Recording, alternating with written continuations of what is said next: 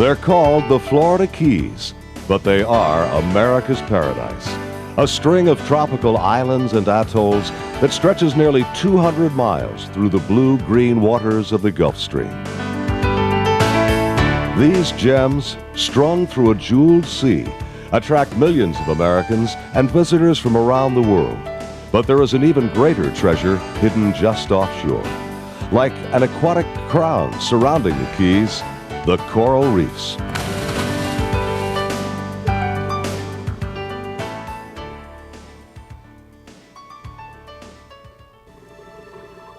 For almost 3 years, a barge has been anchored off Key Largo. It hasn't received much fanfare or even notice, but it is to the ocean what Cape Canaveral is to space. A launch pad for aquanauts who are traveling to the Aquarius. An inner space station deployed 70 feet down on the edge of the reef. Aquarius is a joint effort by NOAA, the National Oceanic and Atmospheric Administration, and the University of North Carolina. Aquarius allows scientists to accomplish in days what would otherwise take months or even years. Working from the surface at these depths, scientists can make only 2 dives a day and then stay only briefly on the bottom as they must allow for decompression. But by living at depth aboard Aquarius, they don't have to decompress until their mission is completed, allowing them to stay as many days and nights on the reef as their mission requires. As a consequence, this inner space station has allowed research on coral reefs to rocket ahead. Scientists from here make excursions down to more than 100 feet, and they have hours that they can spend. If you're diving from the surface without decompression, you have only about 20 minutes. You get the kind of insight that you get when, for example, you go to stay in a city or stay in a forest for a while instead of just driving through. Among the members of the Aquarius crew on this mission, world-renowned marine scientist and explorer Sylvia Earle, the former head of NOAA. Dr. Earle believes Aquarius is an essential resource in restoring and preserving the reefs and the myriad of marine life they support. This is more than a home on a reef. This provides access to the sea in a different sort of way.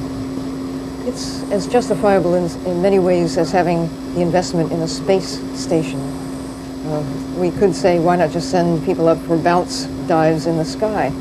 But there is perceived to be a real reason to keep people up for prolonged periods of time, to get insights that you can't get from quick visits. And that's exactly the sort of advantage that having Aquarius sitting here on the reef for prolonged periods of time, allowing people to come and stay and to really become residents and to see the ocean and to see the planet from the inside out.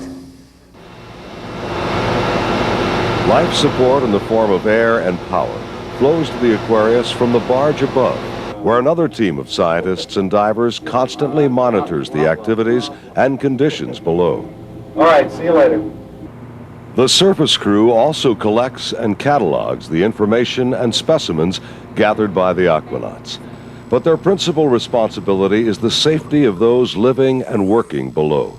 To that end, this state-of-the-art dive platform is equipped with a hyperbaric chamber. Should divers suffer decompression sickness or the bends, they can be treated right on site.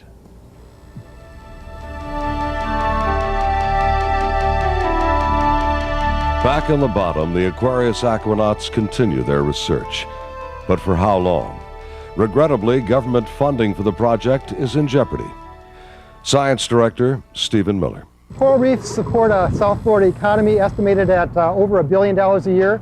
That includes fisheries, diving, recreational activities, and the health of this system, the condition of these reefs provide the foundation upon which people come down here to enjoy the environment. You know, millions of people visit the Keys. Not too many get into space. A space shuttle mission, $500 million to $1 billion. That's enough to run our program for over 500 years.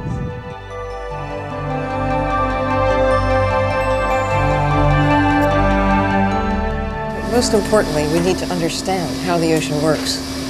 So people, first of all, can care, and secondly, to take care of the ocean that takes care of us.